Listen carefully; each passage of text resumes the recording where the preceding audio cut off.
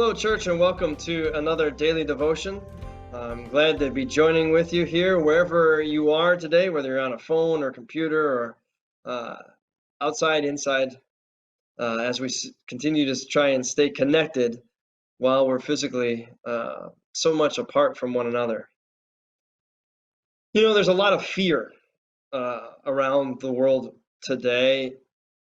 People checking the daily news, my gosh, 90,000 Americans dead from COVID, world totals, and checking the updates. And depending on which news source you have different spins on how things are, and protesters and threats on governors in Michigan, and threats on her life or family. And people say, aren't you afraid of what's going to happen? Aren't you worried about our nation and how we're going to pull through this? Aren't you worried about some of these conspiracies? All these things seem to be happening at the same time. Don't you worry about what the future looks like? And part of me says, sure, I worry. I worry about what the future will be like for my girls. But there's a part of me that doesn't worry at all. People say, well, what are you talking about? What do you mean you're not worried? Aren't you worried about the elections? And aren't you worried about, what's going to happen to our economy and our jobs and our ability of the American way of life? And I have some anxieties around that. But look at this text. It's from the book of Jeremiah, chapter 29. The people of Israel have been in exile. They've been captured by the Babylonians. They're all the people of wealth, all the business owners, all the middle and upper class of Israel have been taken away from the land, their homes razed, their daughters and sons enslaved, or like in the book of Daniel, those who are learned made to be servants or tutors to the royal and the aristocracy of Babylon. They've been given Babylonian names like Shadrach, Meshach, and Abednego, which aren't their Hebrew names. But in the midst of all this pain, in the midst of the loss of much of their culture, of much of their prosperity, of their homes, here's what God speaks through the prophet Jeremiah. After 70 years in Babylon, I will come to you to fulfill my graceful promise, to bring you back home to this place. For I know the plans I have for you, declares the Lord, the plans to prosper you and to not harm you, to give you hope and a future. You will call me and call upon me, and I will come.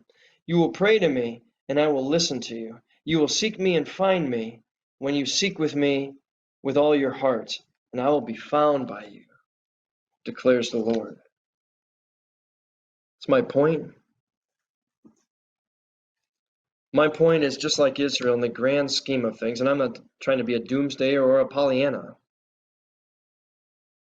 but no matter what happens, and I believe this, no matter what happens, God's promises that God will be our God no matter what, and we will be God's people no matter what, are always true. You want to look for like a definitive truth. I believe that's a definitive truth. That God knows us by name. That what God promises, God doesn't retract. Now, economies may rise and fall, stock markets may ebb and flow, nations may struggle, governments may change, different parties in power at different times, rise and fall of empires. But I think about, I look at like the Roman Empire. Caesar is Lord. Pax Romana is achieved by your allegiance to the Roman navies and armies and centurions and the legions.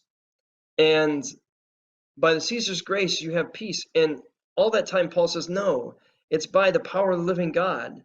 And Christ is Lord. And he is the one who gives real peace, one relationship at a time. And his love is for the healing of the nations. A different kind of peace, not by might. And so through all of it all, I think which empire is still standing? Rome is one of the most powerful empires. It was over the whole world in the ancient times. Lasted 1,500 years. And yet this Nazarene, who was homeless for all intents and purposes, who had no degrees, who had no armies at his disposal, didn't lead by force, just a ragtag bunch of men and women called disciples. And who's still standing?